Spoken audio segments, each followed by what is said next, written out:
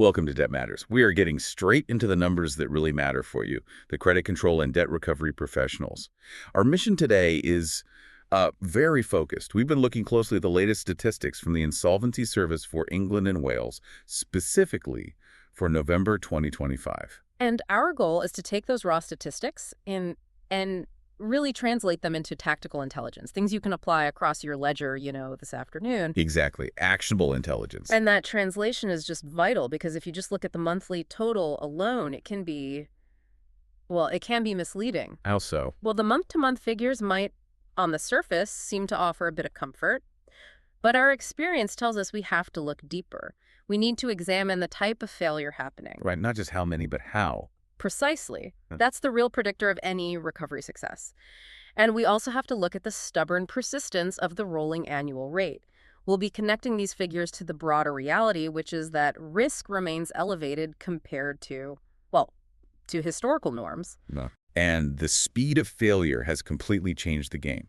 That speed, that's really the theme of this whole exploration, isn't it? It is. We'll establish the hard numbers first, but then we're going to pivot straight into breaking down the composition of those failures. We'll look at the specific process that, as you say, can close the recovery window almost instantly. And then from there. Then we'll move into a full framework, concrete, practical steps you can implement today, especially if your business extends credit into some of the industries we're about to identify as being the highest risk. Okay, let's get started. Let's start with that overall count. The headline number for England and Wales registered 1,866 total company insolvencies in November 2025. Right. 1,866. And to really understand the weight of that number, we have to put it into context. Okay. So for those of you who track this data as closely as we do, you'll spot two immediate comparisons. First, that number was 8% lower than the month before, in October 2025. So a drop from the previous month. And second, it was also 7% lower than the same month a year ago, November 2024. Okay, so I can already hear the argument starting in some finance teams.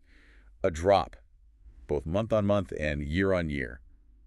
That naturally leads to an impulse to, relax a bit. Of course. It sounds like a downward trend. Yeah, it sounds like the worst might be over. So why are we so hesitant to just call this a purely positive development? Because volume, as we always stress, is just one dimension of the risk profile. Yes, 1,866 is fewer failures than, say, 2,000, but we have to understand two other things. Which are? First, the nature of these insolvencies, which we're going to get into in a moment.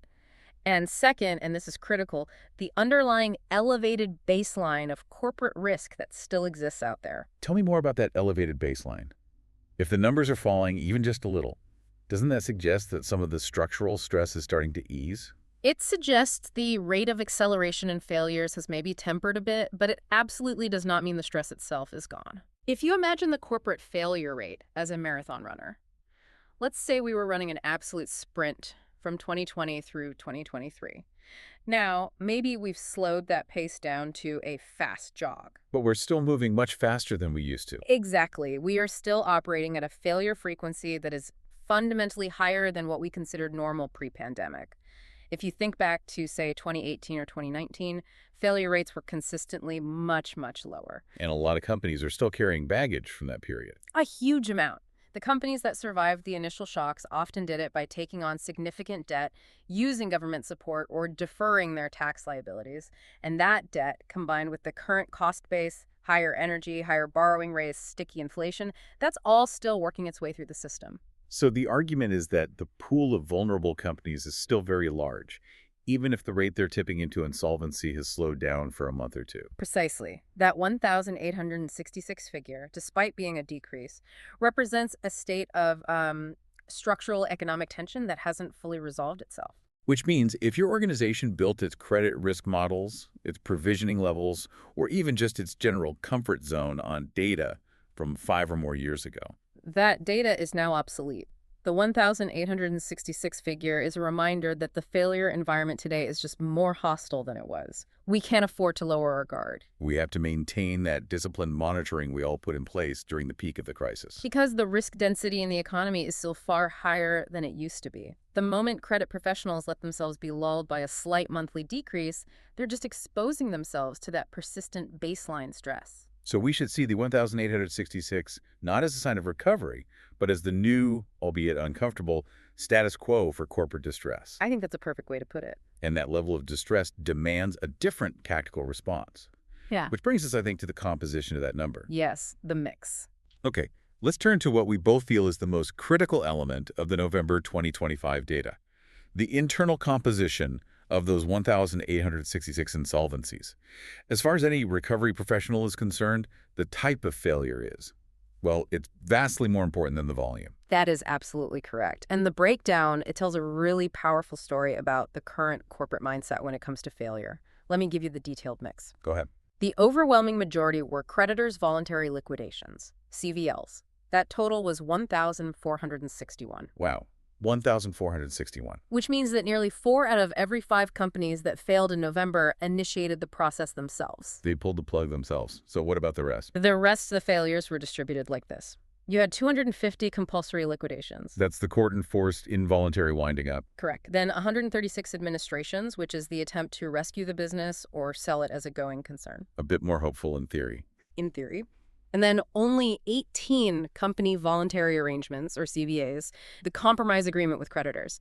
And finally, just 1 receivership appointment, which are now extremely rare. So that 1,461 CVLs just dominates the landscape. I really want to drill down on that number because, as a creditor, a high CVL count fundamentally changes your strategy. Why is a CVL the event that closes the door fastest on recovery? The analysis of the CVL implication is it's central to why proactive monitoring is so essential. A CVL is, by definition, director-initiated. So the directors make the call. Yes. This happens when the company directors recognize, and often it's quite belatedly, that the business is completely unable to meet its debts. They appoint a licensed insolvency practitioner, an IP, to liquidate the assets and then distribute whatever proceeds there are to the creditors. So unlike a compulsory liquidation, where a creditor, maybe one of our listeners, has to go to court and petition for the company to be wound up, a CVL is an internal self-imposed judgment. Exactly. And that is the difference between having an early warning siren and just having the door slammed shut without any warning at all. Explain that difference. In a compulsory liquidation scenario, the filing of a petition, it often creates a necessary delay. There is a window, a very tight one, but it's there. A window of opportunity. A small one, yes. The debtor is fighting the petition, and a creditor can still potentially use leverage, like the threat of stopping supply, to maybe secure a payment. The process offers these minor tactical opportunities for a debt recovery professional to exert some pressure. But when a director chooses a CVL, They've skipped all those steps. They have internally decided that the business is terminal, that any further trading is irresponsible, and they move directly to closing down. and for the creditor. For the creditor, the crucial takeaway is this. The moment the debtor decides on a CVL, the recovery window effectively snapped shut. Your leverage, the power of future supply, the threat of legal action, it just vanishes. Because the director has already made the terminal decision. Right. The assets are immediately secured by the IP for the benefit of all creditors, and any external pressure you try to apply becomes completely irrelevant. That makes the 1,461 figure a metric of speed and finality. We're not seeing a large number of companies trying to hang on through a CVA or being dragged through a court process. No. We are seeing companies that have reached the absolute end of their liquidity rope and have decided the only viable path is immediate closure. And that shift from delay to liquidated happens so quickly from the creditor's point of view. It does. I mean, think about the classic scenario our listeners face all the time. They get a phone call on a Monday promising a payment on Friday. Standard stuff. The credit control team, dealing with 1,000 accounts, accepts the promise, makes a note, and moves on. But by Wednesday, the directors have met, decided the situation is hopeless, and instructed an IP. And on Friday? On Friday, when the payment doesn't arrive, the creditor calls back only to be told, oh, sorry, the company entered CVL on Thursday. That is the reality 1,461 times over, just in November. That puts immense pressure on our internal early warning systems. Because these CVLs are so dominant, our teams have to bring their escalation timelines forward dramatically. You can't afford to wait for that traditional 90-day delinquency mark anymore. It's far too late by then. And that's the strategic imperative here. The vast majority of failure is now initiated by the debtor when they are completely out of cash. This means if you wait for traditional warning signs, like a legal demand being ignored, you have already lost. So you have to identify signs of serious distress before the director even calls that terminal meeting. You must. This means acting decisively on the first or second serious breach of terms, not waiting for the third. Prompt, decisive action is really the only defense against the speed of the modern CVL. We've established that the speed of failure, that CVL factor, is absolutely critical. Now, let's move past the monthly volatility of the 1,866 number and look at the rolling rate. This smooths out any temporary blips, doesn't it? It does. It provides a much clearer view of the long-term underlying risk exposure across your entire customer portfolio. So what's the number? The 12-month data, running up to November 30th, 2025, provides that essential context. The rolling insolvency rate was 52.9 insolvencies per 10,000 companies. That's the technical measure. Okay, let's translate that figure. What does 52.9 per 10,000 really mean in terms of probability for the average credit portfolio? Make it intuitive for us. It translates roughly to 1 in 189 companies failing over that one-year period. 1 in 189. So if you have a customer base of, say, 5,000 active clients, you can use that 1 in 189 rate to calculate a baseline expectation for default, and that should directly inform your provisioning for doubtful debt. Okay, that makes it very tangible. Now, just to be balanced, we should note that this rolling rate of 52.9 is slightly lower than the equivalent rate recorded for the previous 12-month period, which again suggests that the dramatic increase in failure rates we saw over the last few years has moderated slightly. But wait, if both the monthly count and the rolling annual rate are showing a slight downward movement, why shouldn't a credit manager conclude that the economy is normalizing and risk is genuinely receding? Why maintain this, elevated sense of urgency? This is a really crucial point of distinction. We have to be careful not to confuse a slowdown in deterioration with a return to health. Okay, an important difference. Imagine a patient whose high fever is dropping by 1 degree. That's positive, of course, but they're still running a temperature that is dangerously higher than normal. Right. The 52.9 rate, while a bit lower than the peak, is still far above the historical norm. 5 years ago, we were operating in an environment where that failure rate was considerably lower. So that 1 in 189 risk profile reinforces the core message. The current level of company failures represents a baseline of chronic structural strain in the economy. Exactly, and this necessitates prevention and early intervention. Relying solely on reactive measures, like just hiring more staff to chase old debts, is just insufficient. The risk of default across your customer list is mathematically higher than it was historically, and that heightened risk requires heightened controls. So we should be using the 1 in 189 figure not just as a retrospective statistic, but as a critical input for our portfolio risk modeling. How should our listeners practically apply this number to their internal operations? Well, first, provisioning for doubtful debt must be stress tested against this elevated rate. If your current provisioning assumes a failure rate closer to the pre-2020 average, you are likely exposing your balance sheet to unforeseen losses. You're under-provisioned. You are. You need to adjust your expected loss calculations upward to reflect this new reality. And secondly, this figure should directly inform your maximum credit exposure limits, particularly for new clients or those with shaky payment histories. If you know that 1 in 189 companies fail annually, any new client coming onto your ledger is entering an already high-risk environment. This should mandate a more stringent due diligence process, maybe involving mandatory credit insurance checks or lower initial credit limits than you might have offered 5 years ago. it gives you the mathematical justification to give to your sales team for why you have to be stricter. It gives you the mathematical necessity for having those advanced credit controls. It tells us that we have to be exceptionally good at identifying which of the 189 companies on our list is the one that's destined to fail. And doing so quickly before they file that CVL. Before the door slams shut. This brings us to a crucial step in personalizing this risk. Insolvency risk is never evenly spread, is it? It concentrates in specific areas where margins are thin, cash flow cycles are long, or external pressures are greatest. That's right. And to help you prioritize your ledger, we're looking at the sector data, which is published with a 1-month lag. So this covers the 12 months up to October 2025. And this information is all about resource allocation. It's vital for it. If your sales ledger has a concentration of clients in these high-volume areas, you should be implementing immediate tightening of credit workflows, increasing monitoring frequency, and critically, reducing your overall unsecured exposure to them. Okay, so we've identified the 6 high-volume sectors, but let's focus on the top 3 to really understand the mechanisms of their failure, because that often drives the CVL speed we were just talking about. A great idea. Let's start with the top one. Construction. It consistently tops this list. Everyone knows it's a risky sector, but why does it generate such a high volume of CVLs specifically? What's the mechanism? The core mechanism of failure in construction is its cash flow cycle. It's just inherently fragile. Projects rely on extensive forward planning, substantial immediate outlay for materials and labor. And very long payment cycles. Very long, often 60 or 90 days.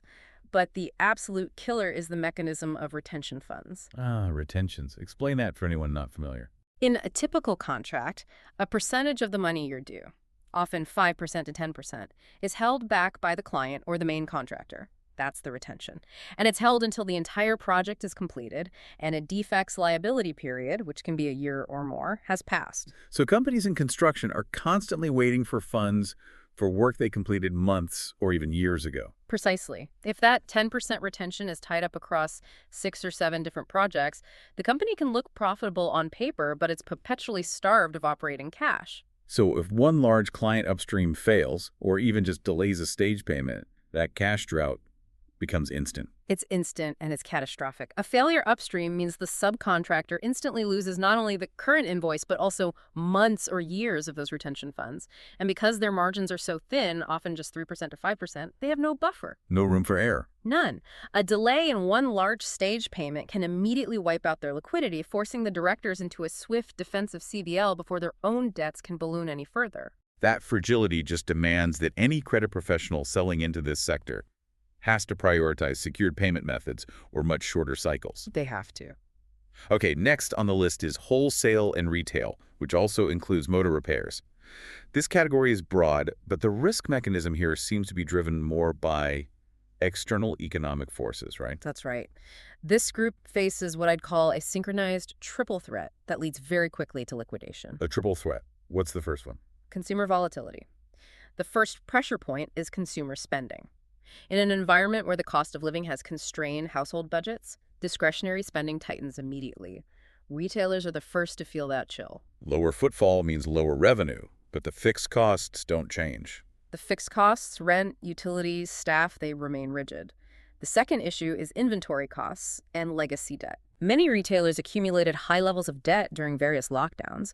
They're now trying to service that debt at much higher interest rates, all while facing persistent volatility in their inventory costs. They have to buy goods up front, often months in advance, at high costs. Only to sell them in a depressed consumer environment. And the third threat is what I call seasonal liquidity traps. Retailers often rely heavily on peak seasons, like Christmas, to generate the cash they need to survive the rest of the year. If that seasonal lift fails to materialize, Which we've seen happen recently. they enter the new year with an unsustainable cash deficit. And that failure to meet seasonal targets essentially translates to instant insolvency by Q1. It bypasses any attempt at recovery, like a CVA, because the debt hole is just too big to fill with future profits. It leads to a rapid CVL because the directors realize they have no runway left, they can't afford new stock, they can't make rent, and the interest on that legacy debt is just compounding. Yeah. For creditors selling into this sector, the critical time for monitoring is immediately after a high-demand season that you suspect failed to deliver. All right. The third critical high-risk area is accommodation and food services. Hospitality. What sets this sector apart in terms of its failure drivers? This sector is defined by its incredibly high operating leverage. They have very high fixed costs. Prime real estate rent, for one. Prime rent, specialized kitchen equipment leases, essential utilities like gas and electricity, which have seen enormous volatility. These costs are inelastic. They don't shrink if business is slow. But the revenue is almost entirely tied to discretionary spending. Exactly. People stop eating out or staying in hotels when economic uncertainty rises.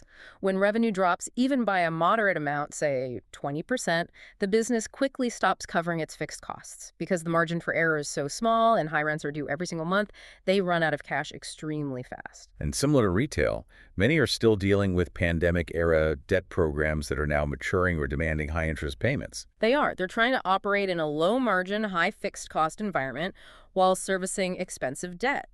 The directors often have a sudden realization that they are trading for the benefit of the bank and the landlord, not for the business itself. And that prompts a swift move to CVL. Yes, to mitigate personal liability Right. rather than dragging the business through a hopeless administration. This sector-specific knowledge it's genuine, actionable intelligence. For companies selling into these areas, construction, retail, food services, we have to reduce our days to decision on any payment delay. If the industry risk profile is high, you just can't afford the luxury of waiting. So we've covered the numbers.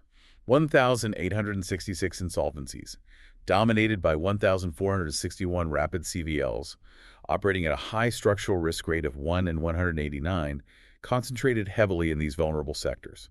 Now, what does this actually mean for your team tomorrow morning? Right, the practical application. We've identified 5 interconnected concrete steps you must take to harden your credit control operations against this new reality of rapid failure. And this framework, it moves beyond just generalized best practices. It demands real operational changes focused on speed and preparation. Let's start with the first one. Bring escalation forward. Yes. The most immediate strategic response to the dominance of CVLs has to be the radical shortening of the collections timeline. Given that most failures are director-initiated, the recovery window closes almost instantly. We cannot rely on the old 60 or 90-day delinquency cycle. Let me use a practical scenario here. A standard collections policy might have 3 stages. A friendly reminder at 7 days past due, a sterner warning at 30 days past due, and then a legal escalation review at 60 days past due. A very common structure. But if a company is going to file a CVL at 45 days, that policy is essentially worthless. It's entirely reactionary. It's designed for a slower world. We need to implement a triage approach based on risk. Triage. I like that. For high-risk clients, those in the sectors we just discussed, that 60-day legal review needs to come forward to 30 days, or even 15 days, especially after a single broken payment promise. We're shifting the focus from gentle reminding to aggressive risk mitigation at the very earliest opportunity. This requires empowering the credit control team, doesn't it?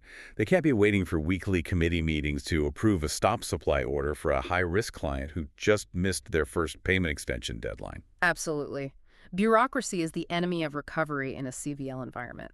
You need to pre-authorize your credit controllers to enact immediate, defined actions like placing an automatic hold on new orders or reducing the credit limit to 0 once clear quantitative triggers are met. Give me an example of a trigger. Okay.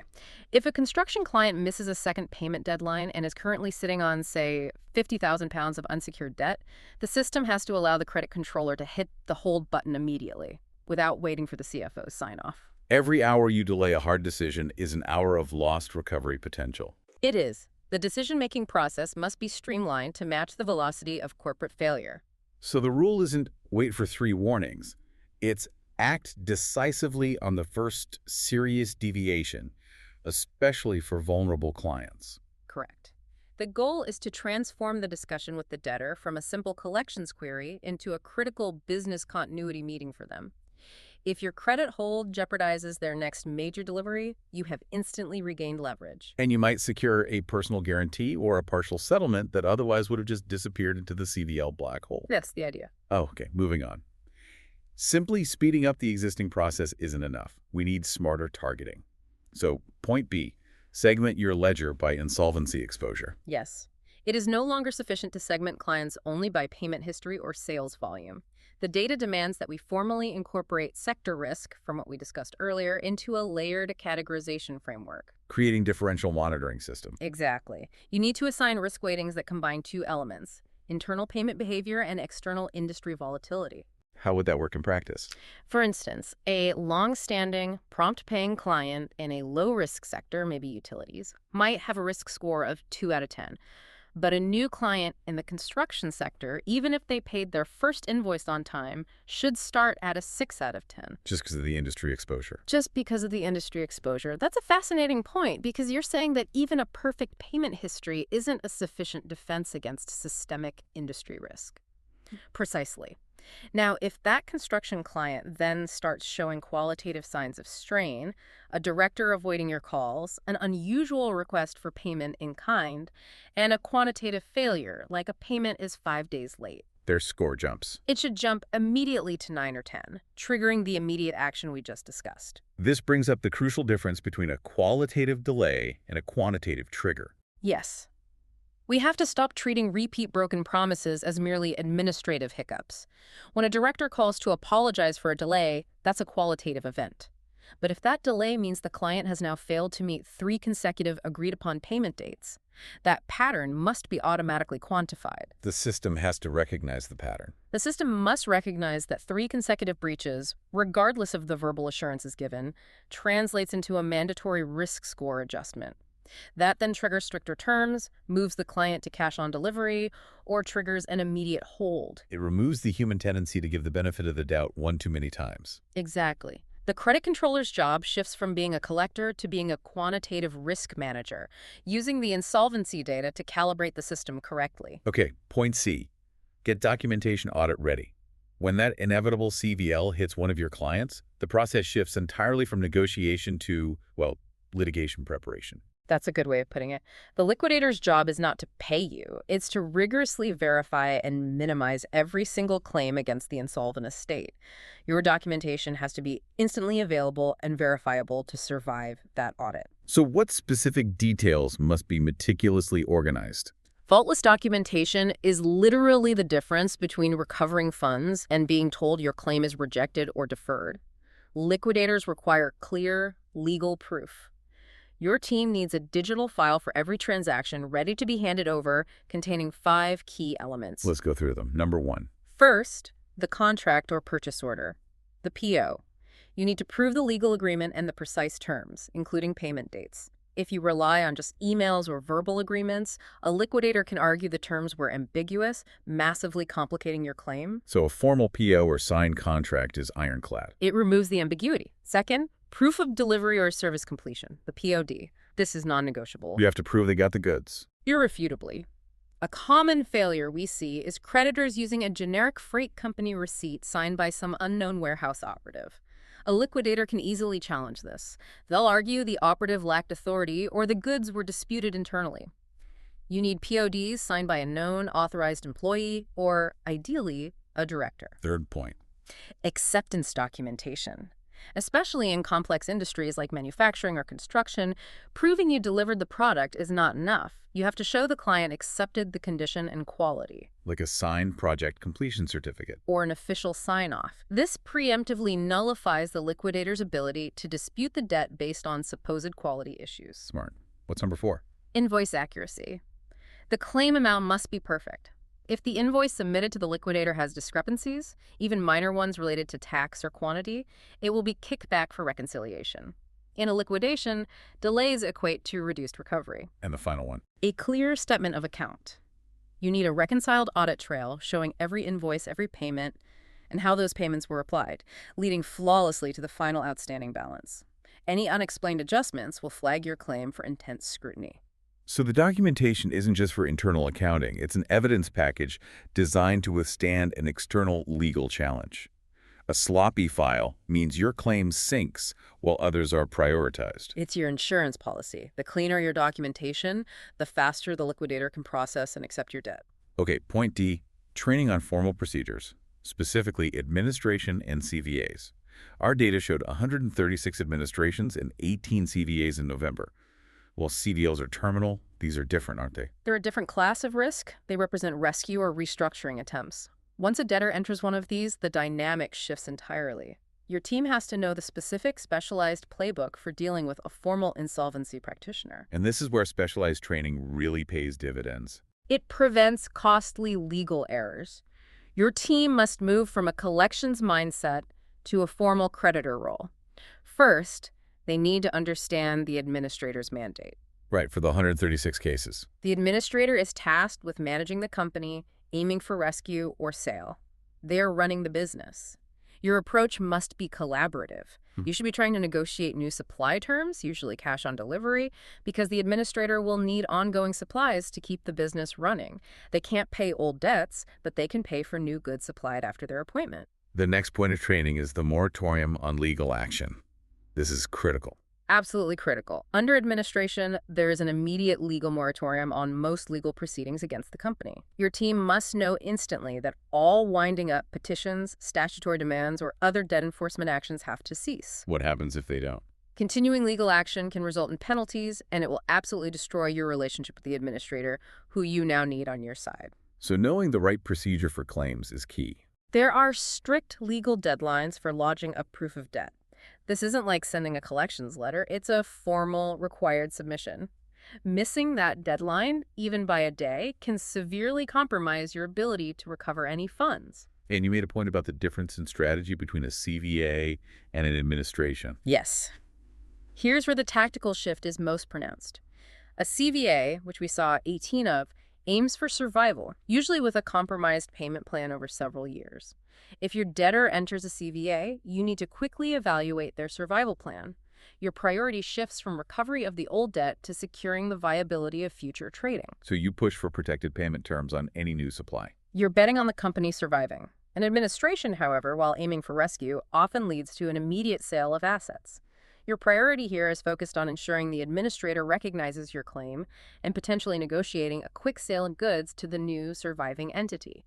So the training ensures your team isn't using a hammer when a scalpel is required. You can't negotiate with a liquidator, but you must collaborate tactically with an administrator. That's a great way to put it. Our final point, E, brings us back to prevention. Review credit terms in exposed sectors. Credit terms have to be a dynamic reflection of the data. Given the persistent high level of stress in construction, retail, and hospitality, continuing to use a generic, one-size-fits-all credit policy is now just irresponsible. It is. This is about proactive exposure management, forcing clients to share the burden of risk. We need to shorten the exposure window and reduce the amount of unsecured credit we provide to clients in these vulnerable sectors. So what's the first tactic? Staged payments linked to milestones. For any large contract in construction or manufacturing, you must eliminate reliance on single, 30 or 60-day lump sum payments. Instead, you link payments to specific milestones. Foundation completed, roof structure delivered, first fix plumbing signed off.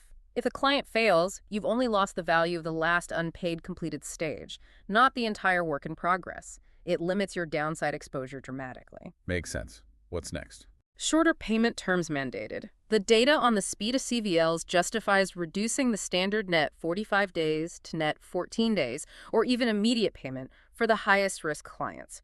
The finance department has to be firm here. Even if the sales team objects.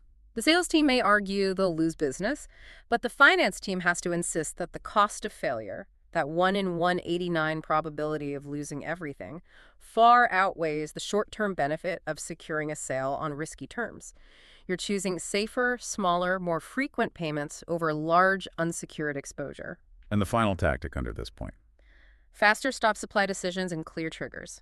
Internal processes must include mandatory, non-negotiable triggers for an immediate pause on further shipments. For instance, if a client in the accommodation sector exceeds, say, 15% of their total credit limit past due, an automatic credit hold is applied by the system, regardless of verbal assurances. This removes the temptation for the credit controller to show undue leniency. The trigger has to be clean, arithmetic, and executed without managerial delay.